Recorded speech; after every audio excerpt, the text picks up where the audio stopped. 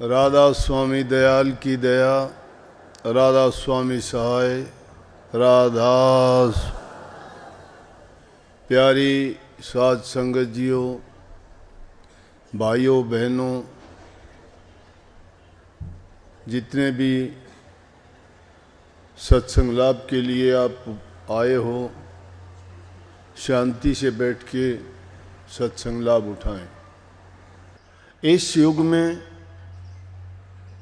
जहाँ इतनी भाग दौड़, आपाधापी का युग, कोई भी ये नहीं दिखाई देता कि अपने काम से, अपने जीवन से, अपने हालात से संतुष्ट हों।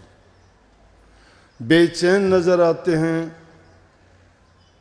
दुखिया तो दुखिया हैं ही, सुखिया लोग भी ऐसे ही हैं। परंतु ये एक ऐसा स्थान है जिस पे आके सुखिया भी, दुखिया भी, गरीब भी, अमीर भी, रोगी भी, स्वस्थ भी भूल जाते हैं अपने हालात को। परंतु यही अवस्था अगर वो अपने जीवन में अपना लें तो उनकी बेचैनी मिट सकती है। क्यों मिट सकती है? कि जिन चीज़ों के पीछे हम संसार में भागते हैं उनकी तासीर, उनका गुण हमें सुख शांति देने वाला कदापि नहीं है। यहाँ जब आके बैठते हैं तो हमें शांति मिलती है। कुछ समय के लिए हम भूल जाते हैं हमें क्या तकलीफ है, क्या रोग है, क्या परेशानी है। वो भूलने वाली वस्तु क्या है? कौन सी चीज़ हमें यहाँ आने के बाद भुला देती है? सभी लोग यहाँ अलग अलग चीज़ों के पीछे नहीं भागते। सभी को इंतज़ार रहता है कि सत्संग के वचन सुने जो हमारे जीवन को संवारते हैं और इस जीवन के बाद भी इस जीव को मुक्ति देता है। ये जीव बहुत जन्मों से परेशान है। ये तो अब तो सिर्फ हमें वर्तमान काल में देखते हैं हमारी हालात को, कहने को सुखी कह सकते हो, लेकिन जब वास्तविक जीवन में देखोगे तो कोई भी सुखी दिखाई नहीं देता है। बाहर से दिखाई देने में तो अपना दुख बहुत कम ही लोग बताते हैं, प्रकट नहीं करते किसी के सामने। लेकिन इस जगह पे आके अगर वो सबके सामने प्रकट नहीं करते तो मंदिर, मस्जिद, गुरुद्वारे और सत्संगों में जाके गुप्त रूप से प्रभु के चरणों में तो जरूर प्रकट करते हैं कि मुझे ये तकलीफ है, मेरी ये परेशानी है, मुझे इनसे निजात दिलाओ तो मुझे शांति मिले। इसलिए मैं कहता हूँ ये ऐसी जगह है, यहाँ आने के बाद कुछ समय के लिए भूलते हो। ये समय अगर यही तरीका आप रोज़ाना के जीवन में कुछ समय के लिए शामिल कर लें तो वो आपके दुख, दर्द, पीड़ा या कर्म की जो मार है धीरे धीरे उससे हम बच सकते हैं। क्योंकि एक प्रभु की भक्ति है जो इस जीव के काम आती है।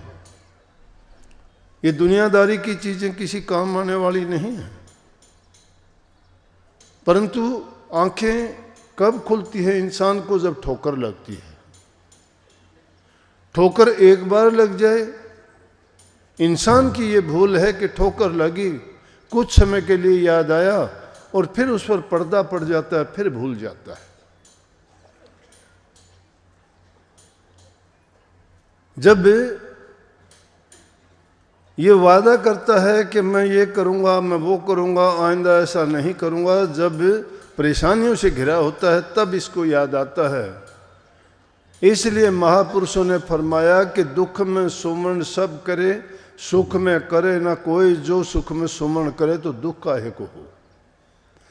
ये सुख के समय तो प्रभु से अलग हो जाता है, प्रभु की भक्ति नहीं करता, नाम को याद नहीं करता, ये स्वयं ही सब कुछ बन जाता है कि सोचता है मेरे समान कोई नहीं है। अपने बल बुद्धि चतुराई में फंस जाता है।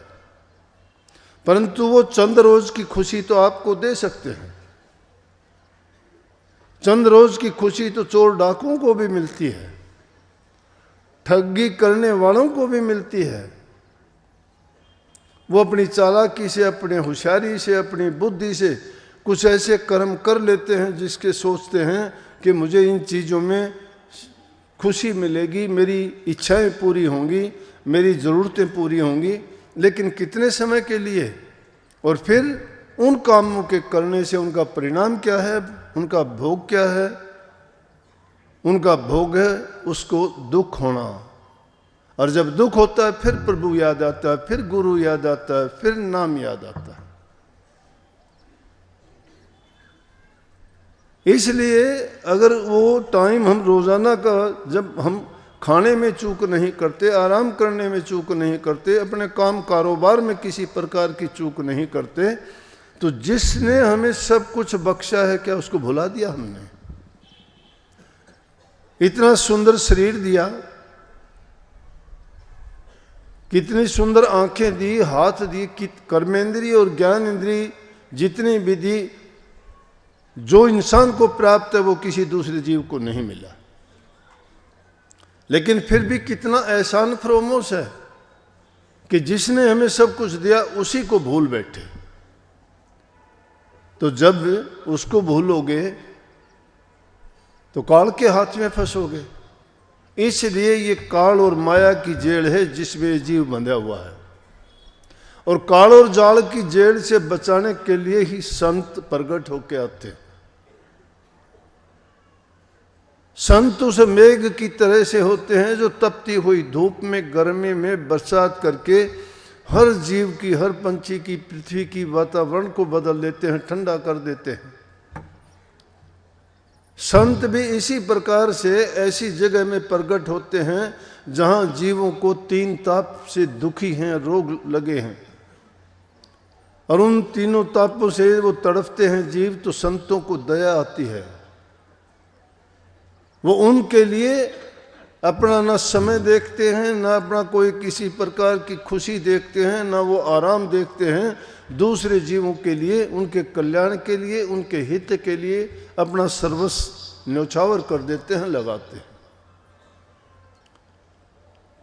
दुनिया में आए हैं ये भी एक कर्म का खेल है, और उस कर्म के परिणाम के कारण ही हम छोटे बड़े, गरीब अमीर हैं।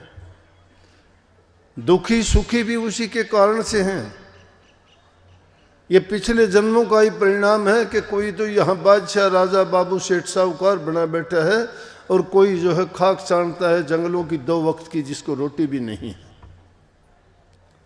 कर्म का खेल है ये। लेकिन अब अगर हमने भुला दिया तो आगे हमारे लिए भी यही परिणाम तैयार होगा। ये बुद्धि है इंसान की, संसार के पदार्थों में लगा दी तो इसमें बड़ी बड़ी खोज कर ली। संसार के पदार्थों में खुशी ढूंढता, उनमें खुशी नहीं है, शांति नहीं है, संतोष नहीं है किसी भी चीज में। कितना भी धन वालों से जाके पूछो, कितना ही धन हो जाए, शांति नहीं है। शांति किस चीज में मिलेगी? शांति मिलेगी नाम में, भक्ति में। बड़े बड़े संत, महात्मा, फकीर, बल्कि इस नाम का रस जिसको आया उन्होंने तो राज काज को ठुकरा दिया और जंगल की राह ली, और प्रभु की भक्ति करके उनको कितना। बलख बुखारे के बादशाह की बात सुनी होगी, बार बार प्रकरण आते हैं सत्संगों में। घर छोड़ दिया।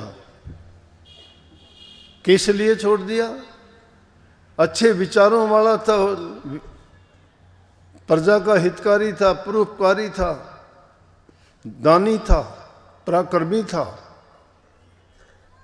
लेकिन उसको भी रास्ता नहीं मिलता था। थोड़े बहुत परोपकार के काम करता था, परंतु राजकाज के और दुनियादारी के कामों में इतना व्यस्त था, फिर भी वो सोचता था कि मैं प्रभु की भक्ति करता हूँ। लेकिन जो आदमी सच्चाई की खोज के लिए निकलता है ना, अपने सच्चे मन से, तो उसको जरूर वो चीज मिलती है। आप किसी चीज के लिए भी प्रयास करोगे, कोशिश करोगे, चोरी डकैत भी लोग अपने लिए प्रयास करते हैं, प्रार्थना करते हैं, प्रभु से मांग करते हैं।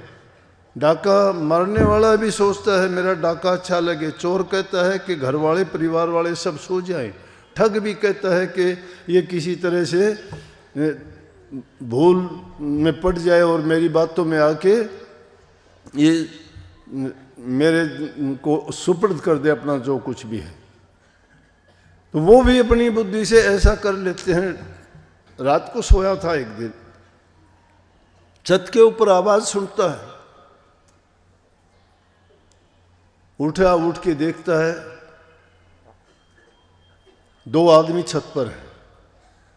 बोला कि आप कौन हो, क्यों आए हो यहाँ पे, कैसे आए? कि हम ऊंट खोज रहे हैं, हमारे ऊंट खो गए। बोला राजमहल में ऊंट कहाँ से आएंगे, छत पर ऊंट कैसे चढ़ जाएंगे? बोला तो राजमहल में रह के भक्ति कैसे कर सकते हैं? हैरान हो गया सुन के। मैं इनसे क्या सवाल किया, इन्होंने मेरे से उल्टा क्या सवाल कर दिया। भूल गया। इतनी देर के बाद में क्या देखता है, आंखों से ओझल हो गए, कोई दिखाई नहीं दिया। राजा महल से बाहर आया, गली में देखा, कोई दिखाई नहीं दिया।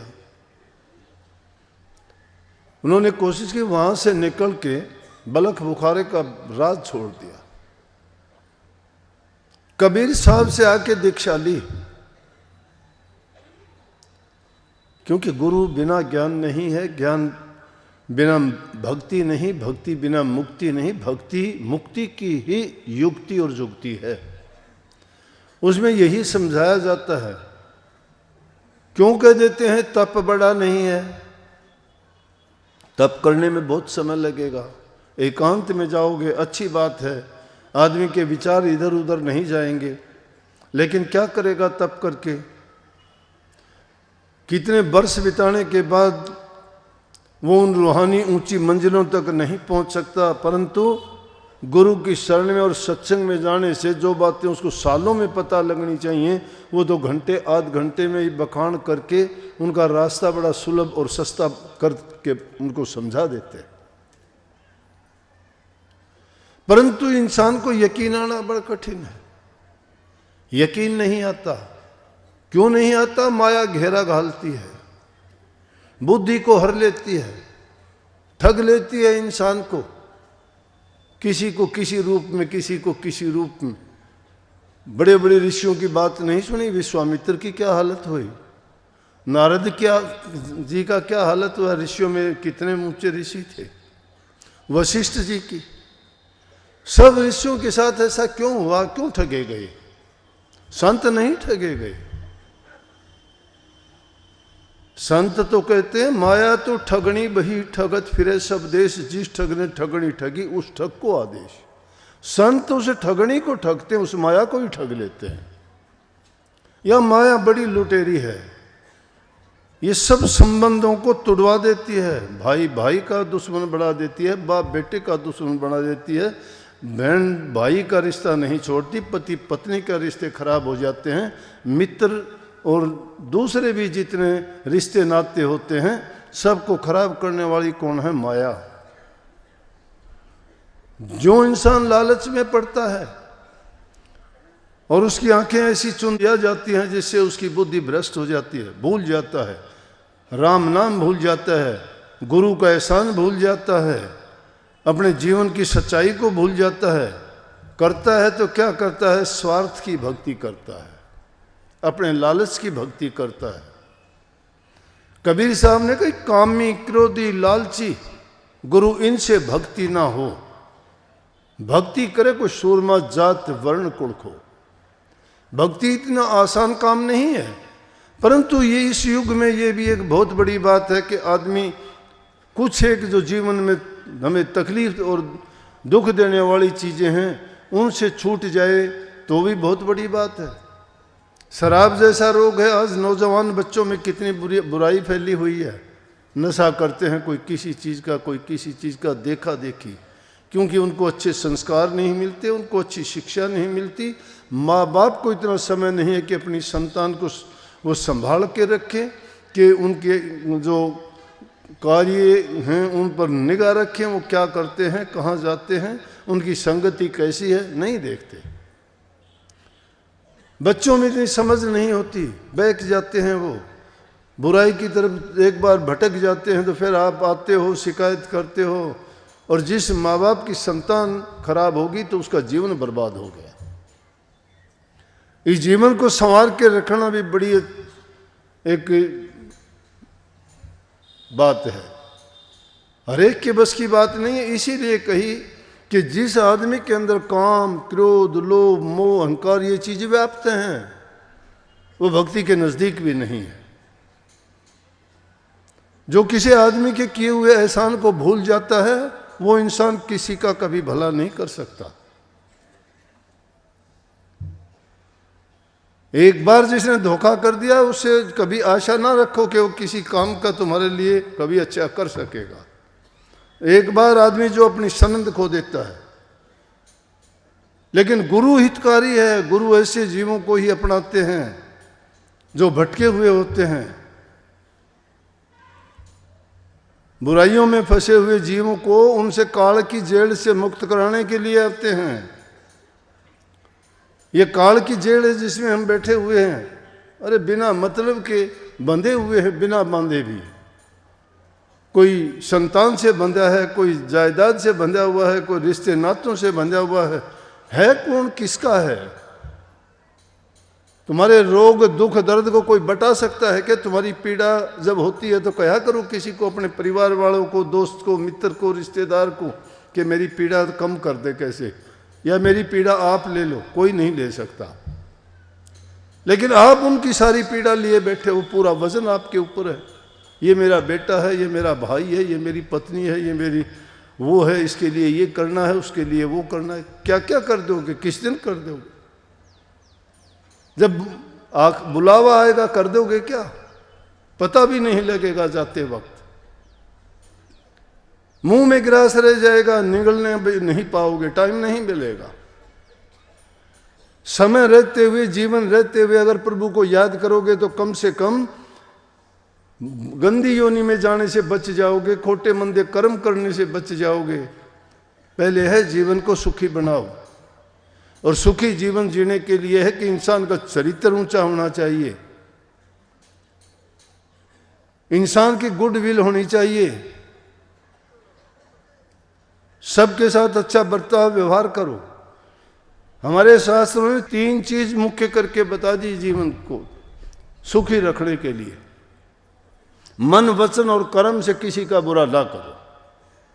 मनसा वाचा कर्म ना दुख का हो मत दे, ऐती रेणी जो रहे वही शब्द रस ले। भक्ति भी अगर करना चाहते हो तो मन, वचन और कर्म से पवित्र हो जाइए।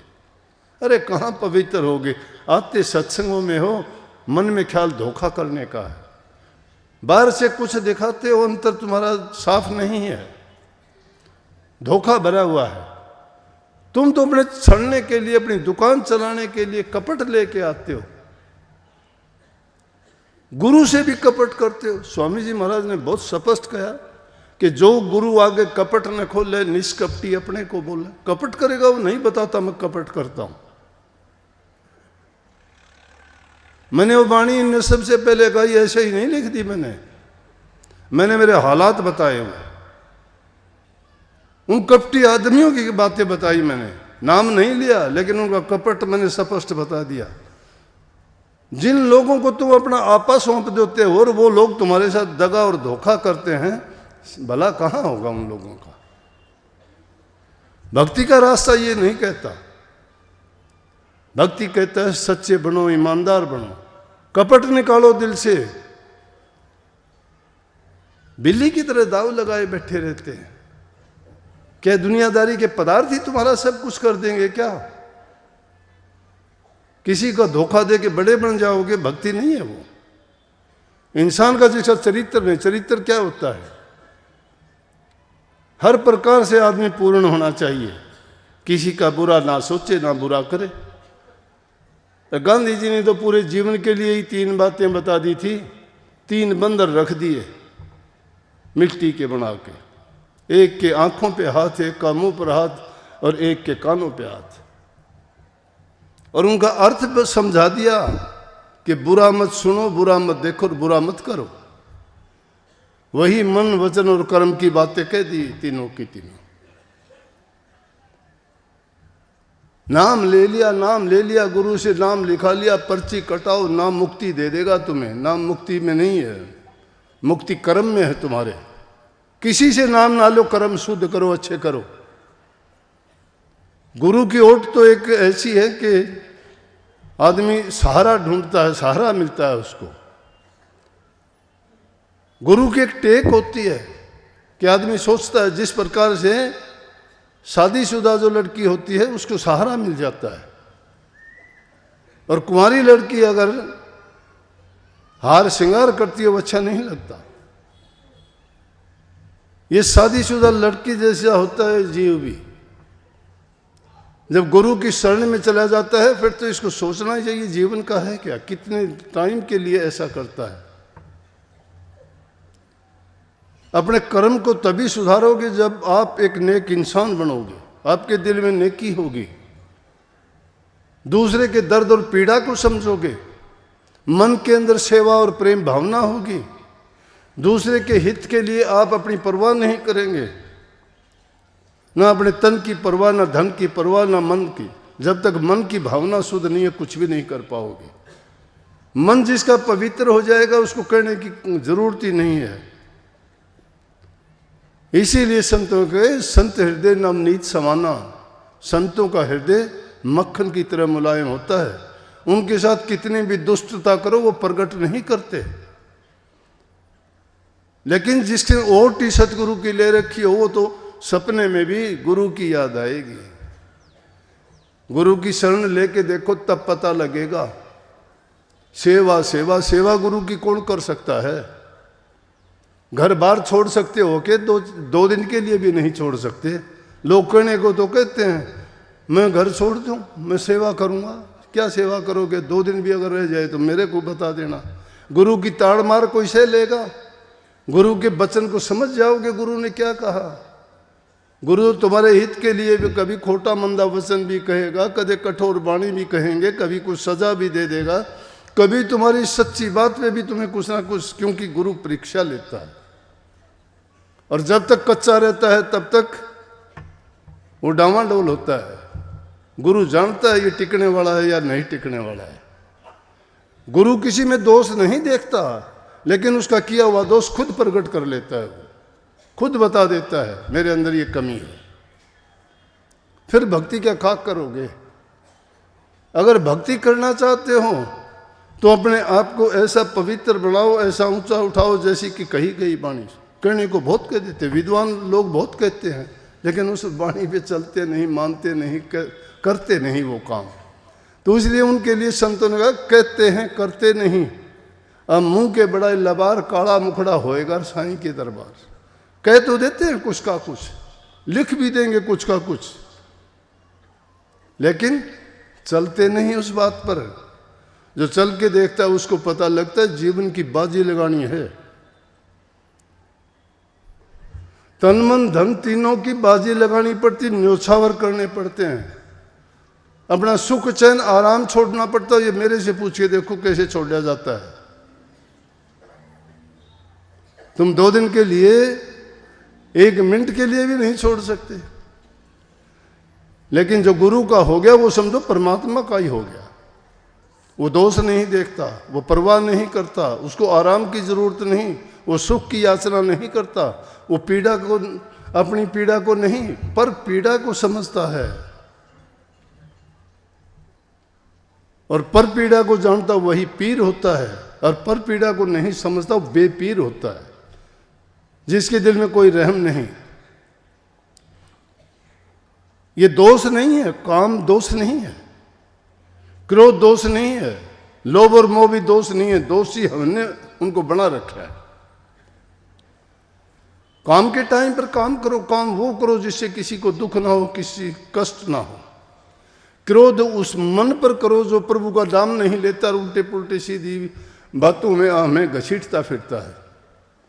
लोभ प्रभु के नाम का करो कि मैं 10-5 मिनट, आधा घंटा प्रभु की याद करूं एकांत में जाके, कुछ ना करो, भक्ति है क्या? एकांत में जाके कुछ चिंतन कर लिया करो, उसमें चिंतन में सिर्फ प्रभु के बारे में सोचो, अपने कर्म के बारे में सोचो, मेरे कर्म क्या है, अपनी सच्चाई और ईमानदारी के बारे में सोचो। पाप के भागी मत बनो, पाप के पक्षधर मत बनो, सच्चाई के रास्ते पे चलो। और जहां सच्चाई हो तो वहां जो है कमी, ये सोचना भी नहीं चाहिए कि जो तुम्हें पाप के रास्ते में धकेल देता उसको छोड़ने में दोष नहीं है। बेटा नालायक तजो तजो स्वार्थी नार, निर्मोही माता तजो तजो स्वार्थी यार, तजो स्वार्थी यार, तजो सन्यासी कामी, नौकर नमक हराम तजो तजो अन्यायी शामी, पिता अधर्मी तजो तजो नालायक बेटा, और गुरु लालची तजो तजो चेला अड़सेटा। ये अगर बुरे हों तो छोड़ने में दोष नहीं लगता इंसान को।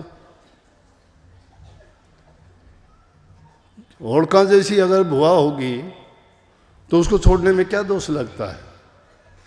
रावण जैसा भाई होगा तो विवेकशील बेशक बन जाओ, कोई बुरी बात नहीं है, क्योंकि वो विवेकशील राम के चरणों में जाता है, रावण को छोड़ता है, राक्षस को छोड़ के प्रभु की भक्ति में लगता है।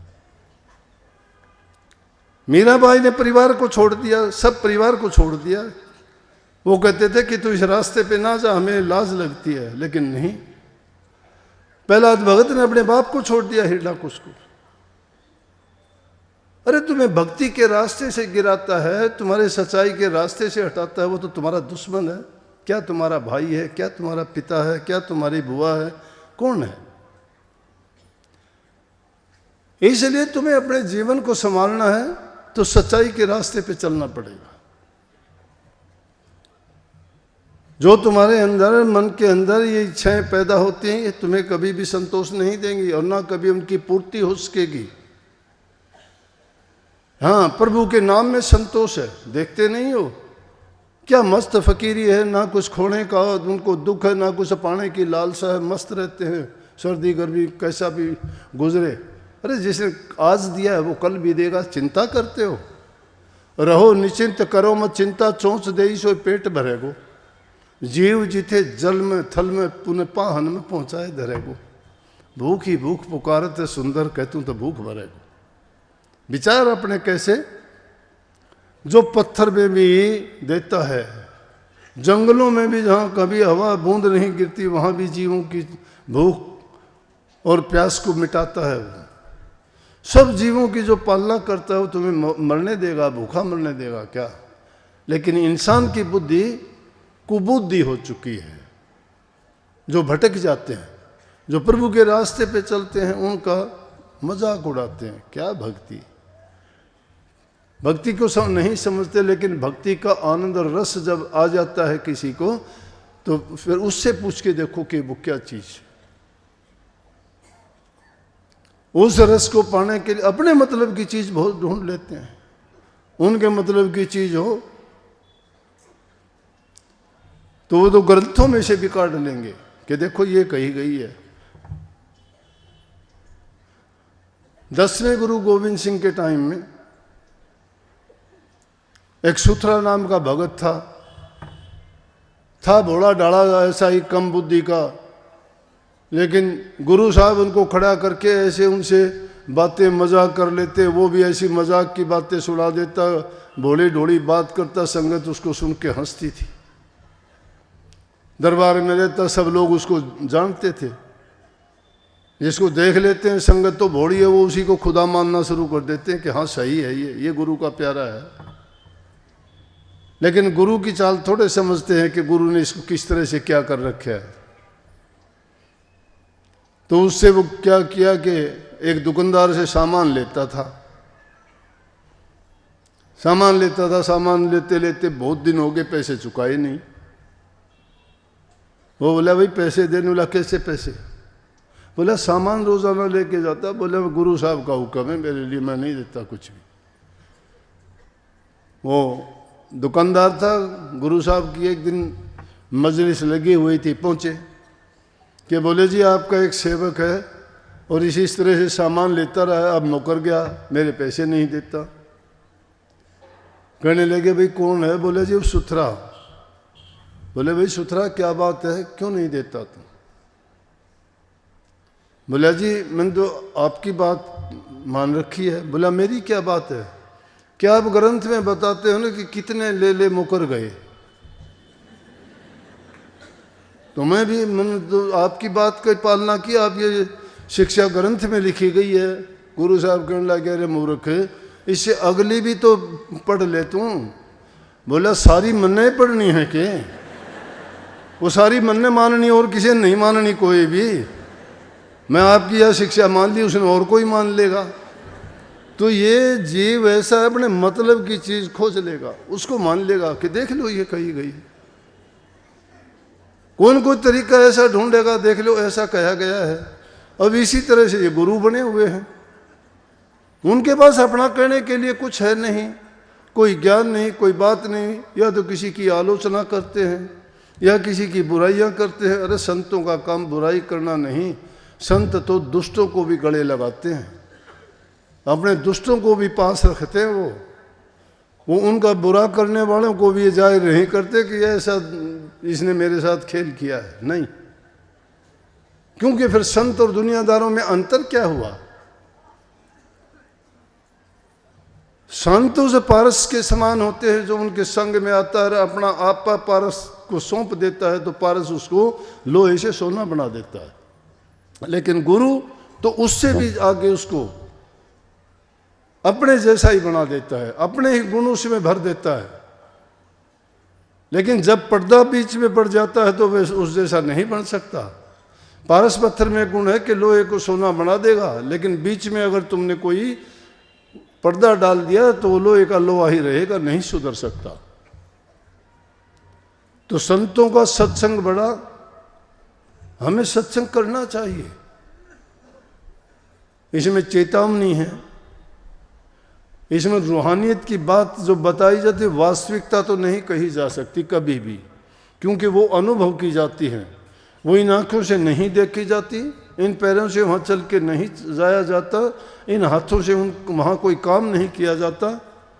उसको ग्रंथों में साफ वर्णन किया है। कबीर साहब ने तो उसको कहा है कि उसको अगर कोई मेरे से पूछे कि परमात्मा का रंग रूप आकार कोई है, जहाँ कहीं भी सुनोगे ना कि उसका कोई आकार नहीं, कैसे पहचानोगे? दुनियादारी के लोग यूं ही तो पीछे हट गए। इनको मिट्टी का खिलौना दे के कहोगे तो मान लेंगे।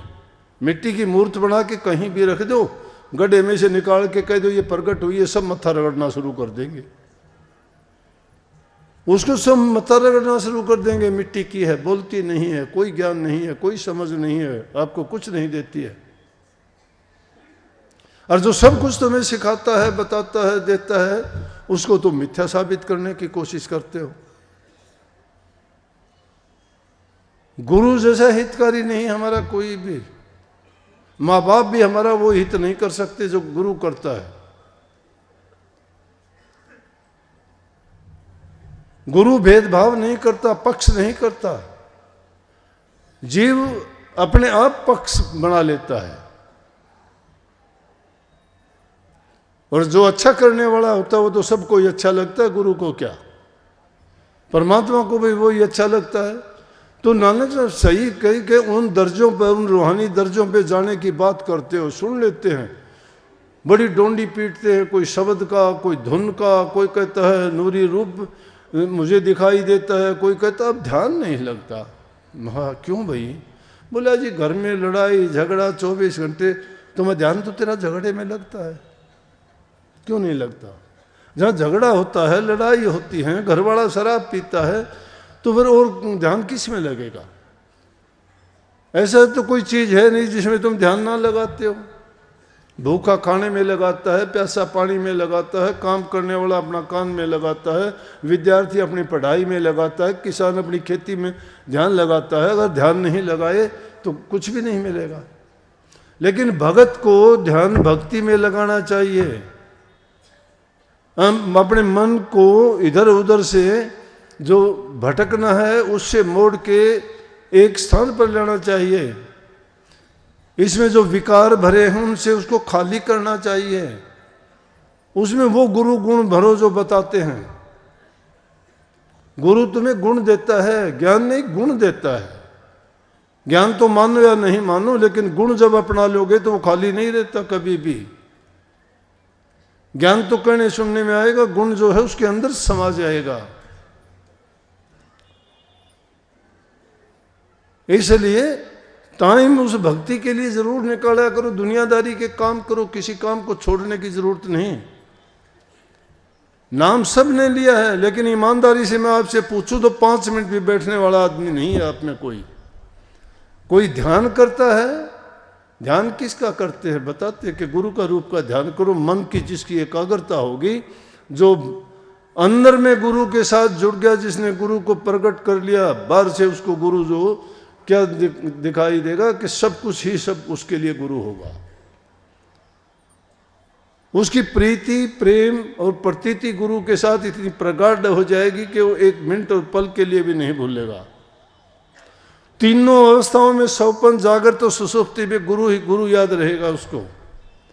बड़ी से बड़ी विपदा और आपत्ति भी जब आएगी तो वो अपने गुरु को ही सुपर्द कर देगा कि गुरु की कृपा, मालिक की मौज, उसकी रजा, उसका हुक्म जो होगा वो सही है। लेकिन हम अपना आपा अलग रखते हैं, गुरु के अर्पण नहीं करते। कहने के लिए कह दिया कि गुरु को अर्पण कर दिया आपने, तन मन धन नहीं करते। तन मन धन अगर अर्पण कर दिया तो तुम्हारे पास एक विश्वास बच जाता है, एक प्यार बच जाता है, एक श्रद्धा बच जाती है, एक दृढ़ यकीन बच जाता है। वो यकीन है ही नहीं, फिर कहाँ से अर्पण किया? कुछ नहीं किया। नहीं, गुरु को जरूरत ही नहीं है। गुरु ना आपका धन लेना चाहता है, ना आपका मन लेना चाहता है, ना धन तन लेना चाहता है। पाखंडी लोग इनको दूसरे शब्दों में प्रयोग करके अपने मतलब के अनुसार कुछ भी कहेंगे, लेकिन गुरु नहीं भूखा तेरे धन का, उन पे धन है भक्ति नाम का, पर तेरा उपकार करावें, भूखे नंगे को दिलवावें, उनकी मौज सहज तू पावे, जो उनको प्रसन्न करावे। उनका प्रसन्न होना है भारी, निज पुरुष कृपाधारी। अगर वो खुश हो गए, गुरु राजी तो करता राजी, काल कर्म की चले न बाजी। गुरु राजी तो करता राजी। गुरु जब राजी हो गया तो सब कुछ मिल गया। गुरु से कर मेल गंवारा, क्या सोचत बारंबारा। जब दर्शन देखा चाहिए तो दर्पण मांझत रहिए। हृदय के दर्पण को मांझिए जिसमें काई लगी हुई है, विषय विकार भरे हुए हैं, बुराइयों से उसको धुंधला पड़ गया है, उसमें कुछ भी नहीं है। इस हृदय को साफ करो दुनियादारी की, लेकिन तभी जाके उन मंजिलों को पाओगे। ये कहने सुनने की बात नहीं, अमल करोगे उन पे, जब आपको मिलेगा। अमल करे सोई पावे। लेकिन हम अपने जीवन को बर्बाद किस चीज में करते हैं? कुसंगति में बैठ के, शराब पी के, या दूसरे विषय विकारों में पड़ के। आदमी हर प्रकार से अपने आप को बर्बाद करता है अपने विषय विकारों के कारण। विषय विकार सिर्फ इन चीजों का सेवन नहीं है, मन के अंदर पैदा होने वाली हर बुराई विकार है, वो विषय है। किसी भी चीज का आदि होना ही नशा है। किसी को धन का नशा, किसी को बल का नशा, किसी को परिवार का नशा, किसी को पद का नशा। ये रुकावटें, बाधाएं हैं तुम्हारे भक्ति के रास्ते में। इनको दूर फेंक दो। यहाँ छोटा बड़ा नहीं, सभी जिस जैसे यहाँ बैठे हुए हैं, भक्ति के रास्ते पे चलने वाले सभी खुदा के बंदे हैं। सब में वही एक रूह है। सब में समान रूप से देखो, जैसी हमारी है वैसे ही आपकी है। कबीर साहब कहते हैं, अपना सा जीव सबन को जाने ताहि मिले अविनाशी। मालिक को प्राप्त करना चाहते तो हर जीव को अपने जैसा मानो। जब अपने जैसा मानोगे तो तुम्हें पीड़ा होती है तो उसको भी पीड़ा होती है, तुम्हें प्यार होता है तो उसको भी प्यार होता है, तुम्हें किसी चीज़ की लालसा है तो उसको भी है। इसलिए उस पर पीड़ा को समझते हुए दया जिसके दिल में है, जो दया राख धर्म को पाले, जग से रहे उदासी, जो अपना सा जीव सबन का जाने। जिसके दिल में हृदय में दया है और धर्म की पालना करता है। धर्म की पालना करना है कि जिस स्थान पे, जिस जगह पे तुम हो, उस जगह पर अपने नियमों के मुताबिक अगर काम करते हो, वो धर्म की पालना है। धर्म ये नहीं मैं राधा स्वामी हो गया, मैं बुद्ध को मानने वाला, मैं कबीर को मानने वाला, नहीं, मैं हिंदू हूँ, मैं सिख हूँ, मैं ईसाई हूँ, नहीं। धर्म हमारा क्या है? धर्म है नेक नीति हमारा।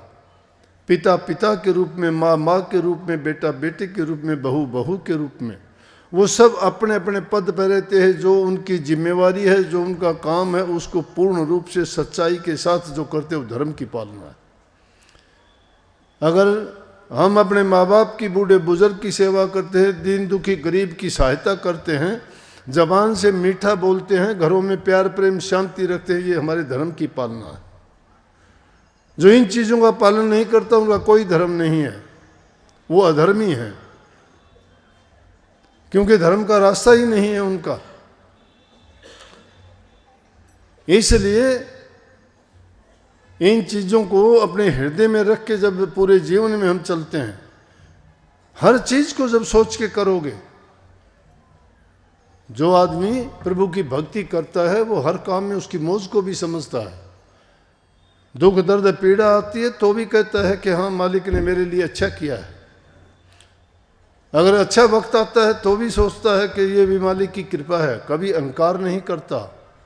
अहंकार अगर आ जाता है तो भी बर्बादी होती है। जिस आदमी को चार आदमी बोलना शुरू कर दे, सोच लेना चाहिए कि काल ने उस पर कैंची चलानी शुरू कर दी है और बहुत जल्दी उसका खात्मा भी कर देगा।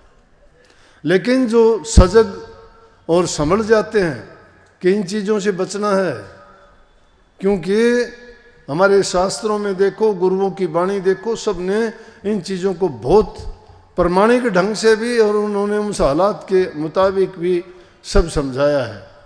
तो किसी भी चीज़ को ठीक करने के लिए आदमी को अपनी बुद्धि से काम लेना चाहिए और वहाँ गुरु की आज्ञा टिटोलनी चाहिए कि मैं जो काम करने जा रहा हूँ, क्या इसमें गुरु की रजा है? क्या गुरु ने हमें ये छूट दे रखी है? क्या ये हमारे नियम के खिलाफ नहीं है? क्या ये हमारे धर्म के खिलाफ नहीं है? अगर गुरु की इसमें अवज्ञा तो नहीं है, अगर गुरु की उसमें आज्ञा नहीं है तो समझ लेना चाहिए कि वो काम हमारे किसी भी काम का नहीं है। हर काम में गुरु की आज्ञा तलाश करो, क्योंकि गुरु निष्पक्ष भाव से आपको अच्छा बनाने की कोशिश करता है। गुरु में भेदभाव नहीं है, पक्षपात नहीं है, उसकी बातों में लालच नहीं है, वो स्वार्थ नहीं है।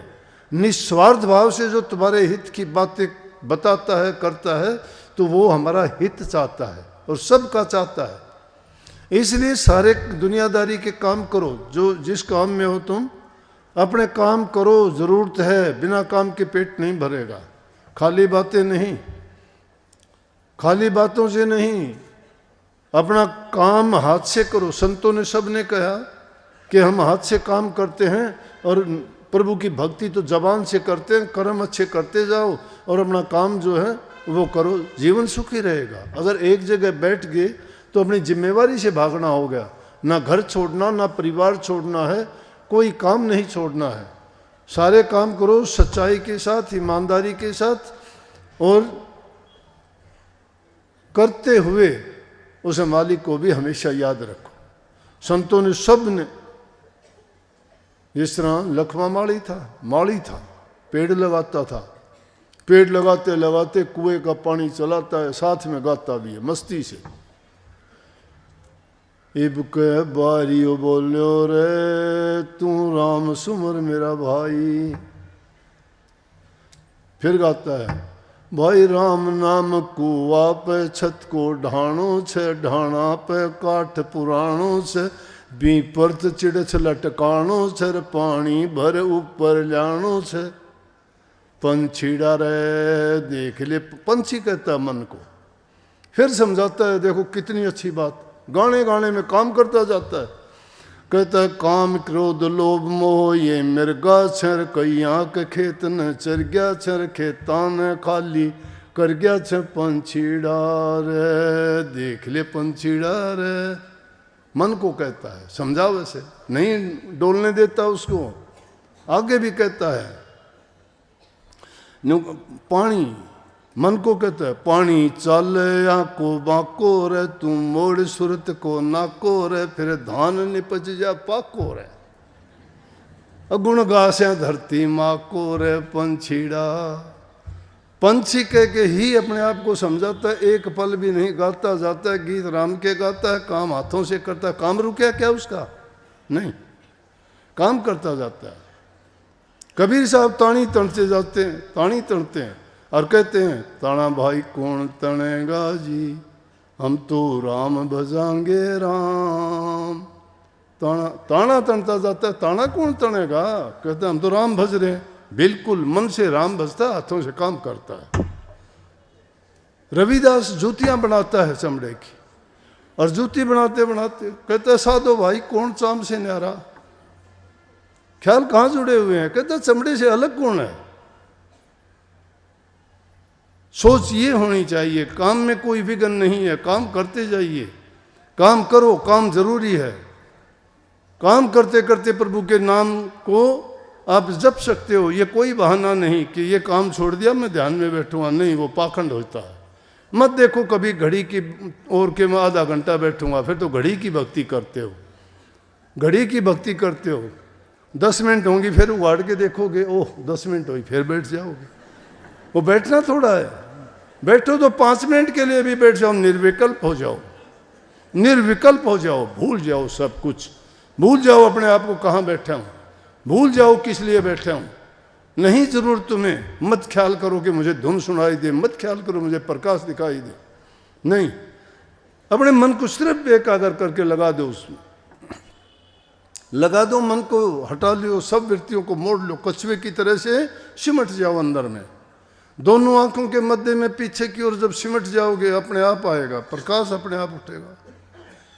ये उल्टा कुआं है जिसको संतों ने गाया है कि उल्टा कुआं गिगन में 30 में जड़े चिराग, 30 में जड़े चिराग, बिन रोगन बिन बाती, जलता है 6 ऋतु 12 मास, जड़े दिन राती, निक से एक आवाज चिराग की ज्योति माही, कोई गुरुमुख सुनता और कोई सुनता नहीं, पलटू जो कोई सुने उसके ऊंचे भाग, उल्टा कुआं गगन में 30 में जड़े चिराग।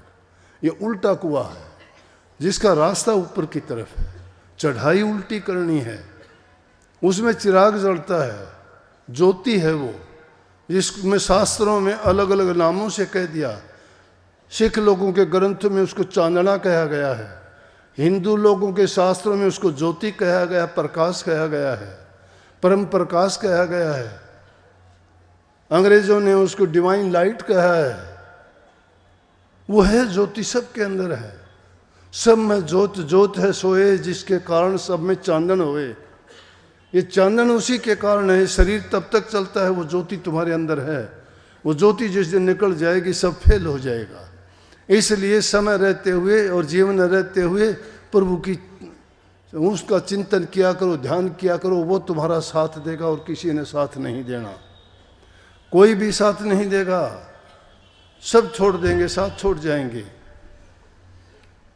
या तो गुरु साथ देगा या तुम्हारा नाम साथ देगा। घर परिवार भी आपको वृद्धाश्रम में छोड़ जाएंगे अगर ज्यादा वो करोगे तो। क्यों? दांत गिरे और खुर घिसे और पीठ बोझ न ले, ऐसे बूढ़े बैल को कौन घास दे? जिसके खुर घिस जाए, दांत गिर जाए और पीठ उसकी बोझ नहीं उठा सकती, तो उस बैल ने कौन चारा डालेगा भाई? घर तक काट देंगे, नाथ काट के ने। गरज के साथी हैं यहाँ दुनिया में सारे, गरज निकल जाए कोई किसी को नहीं पूछता। गरज बिना कोई नहीं प्यारा, मतलब के बिना कोई नहीं प्यारा। जब तक बैल चले हड़िए में तब लग डालने चारा, बूढ़ा हो जा नाथ काट ले, घर घर लाठे खारा। गरज बिना कोई नहीं प्यारा, मात पिता भी प्यारे, इतना धंधा पीट सारा। मात पिता भी प्यारे, इतने धंधा पीट सारा। काम करते हो निठल्ले पुत्र दे झलकारा, कि हमारे काम का को नहीं बहुत दुखी करे तू। फिर चेला बन के बात पूछ ले रे हेद भेद ले सारा, और करी रांड जू फेंक लतम कोनी चेला थारा, गरज बिना कोई नहीं प्यारा, मतलब के बिना कोई नहीं प्यारा। भोजन वस्त्र धन मिल जाता लोग करें सत्कारा, ये गुरु की क्यों जरूरत रहेगी? भोजन वस्त्र धन मिल जाता लोग करें सत्कारा, ईब गुरु जी क्या न चाहिए मेरे भाग का आर्या, गरज बिना कोई नहीं प्यारा। गरज दीवानी है दुनिया में, ये दुनियादारों की बात कही है, लेकिन ये गरज नहीं है, ये खुद गर्जी है। ये खुद गर्जी है। खुद गर्जी का रास्ता छोड़ के बेगर्जी का रास्ता अपनाओ। बेगर्जी का बिना गरज के जो काम करता है, बिना गरज के जो सेवा करता है, वो बेगर्जी है। और भक्ति करने वालों को कोई आस नहीं रखनी चाहिए। आस रखो तो एक सत्य नाम की, एक प्रभु के नाम की, एक उसके दीदार की, एक उसके दर्शन की, उसकी हमेशा वो लालसा बनी रहे कि कब मुझे दर्शन देंगे प्रभु। उसके अवश्य उसको दर्शन भी होंगे, उसके सारे काम होंगे। गुरु ही उस परमात्मा का रूप है, वो सूक्ष्म रूप में है, स्थूल रूप में गुरु तुम्हारा इष्ट, तुम्हारा परमात्मा है। मैंने साक्षात आजमा के देखा है। मेरे साथ जितनी घटनाएं घटी, मैंने अपने गुरु को याद किया, वो सब के सब देखते ही देखते। दुनियादारों का ऐसा काम है, वो आपके रास्ते में बाधा बनेंगे, पता नहीं क्या क्या कहेंगे, क्या क्या सोचेंगे। ऐसी बात कभी सपने में नहीं सोच सकते, ऐसे ऐसे ड्रामे कर देंगे लोग। लेकिन जिसके सिर के ऊपर गुरु है, उसका कोई बाड़ बांका ना कर सके।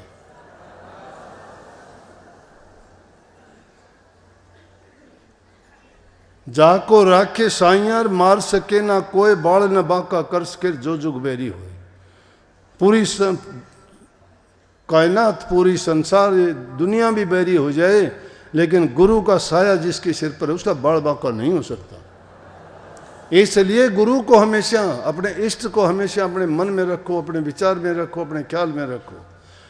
ये नहीं कि मतलब पड़ता है तो गुरु को याद करो, जब गरज निकल जाती है तो गुरु को झलकारा दे दिया, तुम भी जा मैं भी अपना आराम से। क्यों? जब जरूरत पड़ती है दुनियादारों की तरफ प्रयोग ना करो गुरु को, कि गरज मतलब हो तो गुरु, नहीं तो गुरु का कोई मतलब नहीं रह जाता। आदमी खुद जो है स्वयं भू बन जाए सब कुछ। इसलिए हमेशा गुरु से मांग किया करो कि मेरे विचारों को शुद्ध और पवित्र रखें, मेरे अंदर ये हीन भावना कभी ना पनपने दें कि जिसके कारण मेरा आपसे बिछो हो। जैसे इसने लिखा कि भाई चाहे सारी दुनिया भी अगर मेरे से बिछड़ जाए, लेकिन सतगुरु नहीं बिछड़ना चाहिए। सारी दुनिया चाहे कुछ भी कह ले, लेकिन मेरे अंदर, मेरे मन में फर्क नहीं आना चाहिए आपके प्रति, या मुझे कोई कुछ भी कह ले, लेकिन मैं रास्ते से ना भटकूं, अपने रास्ते पे चलता रहूं। जो रास्ते को छोड़ देता है उसको जंगली जानवर पाट लेंगे, छोड़ेंगे नहीं। जो रास्ते पे चलता रहता है उनकी हिम्मत नहीं पड़ती, फिर नहीं उस पर वो आक्रमण कर सकते। इसलिए सारे कामों को छोड़ के, चाहे कितने भी जरूरी काम क्यों ना हो, तुम्हारे काम आने वाली चीज़ सिर्फ भक्ति है, प्रभु की याद है, उसका नाम है। उनका सुमन और चिंतन जरूर किया करो, जरूर से जरूर किया करो। टाइम कम से कम लगा लो, चाहे मैं कहता हूँ ज़्यादा ना लगाओ। टाइम ध्यान के लिए 10 मिनट लगा लो, लेकिन पूरा दिन याद रखो, तो याद बनी रहे कि भाई क्या क्या, कोई शब्द याद हो वो करो, कोई सत्संग की बात याद हो वो याद रखो। दूसरी बात, तुम्हें मन को ना जाने दो, ये भटकेगा नहीं, सही रास्ते पर रखेगा। लेकिन थोड़ा ध्यान तुम्हारा भटके ना, सावधानी हटते ही काल दबो चलेगा आपको। लापरवाही नहीं, यहाँ लापरवाही की जरूरत। काल तो मुंह बाए तैयार रहता है, वो एक पल के लिए भी नहीं बख्शता, दाव लगाए बैठा रहता है। जैसे बिल्ली चूहे के बिल के ऊपर बैठ जाती है ना, इस तरह से वो दाव लगाए बैठा रहता है कि कब ये थोड़ा सा भटकर मैं इसको पकड़ूं, और फिर रास्ते पे आना बड़ा कठिन होता है।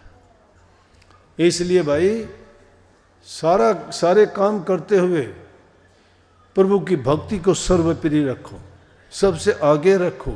सबसे ज़रूरी चीज़ वो है, वो हमारे काम आएगी, उसमें ही हमारी भलाई है, उसी में सुख है, उसी में शांति है। वही हमारे पाप कर्मों को धोती है और वही हमें मुक्ति का रास्ता देती है और वही इस दुनिया के काल जंजाल से हमें छुटाएगी। इसलिए उस नाम को ना भूलो, चाहे सब चीज़ों को भूल जाओ। सबको बहुत बहुत आशीर्वाद। तब तक ये चाहेंगे कि नए साल में आप फिर से ये सोच के आएँ कि इस बार हमें और ज़्यादा करेंगे, जो पहले से किया उससे ज़्यादा, क्योंकि उम्र तो बीती जा रही है, समय गुजरता जा रहा है, वो रुकता नहीं है, वो इंतज़ार नहीं करता। हम इंतज़ार करते हैं कि अगला साल आएगा जब शुरू करें, नहीं, रोज़ाना दिन निकलता है, रोज़ाना नया साल शुरू हो जाता है। सबको बहुत बहुत आशीर्वाद। मालिक आपको सद्बुद्धि दे, भक्ति करने की शक्ति दे, आपके विचार शुद्ध रखे, आपके जीवन में खुशियाँ दे और आप दिन ब दिन ज़्यादा से ज़्यादा उन्नति करें, भक्ति में मन लगाएं। राधा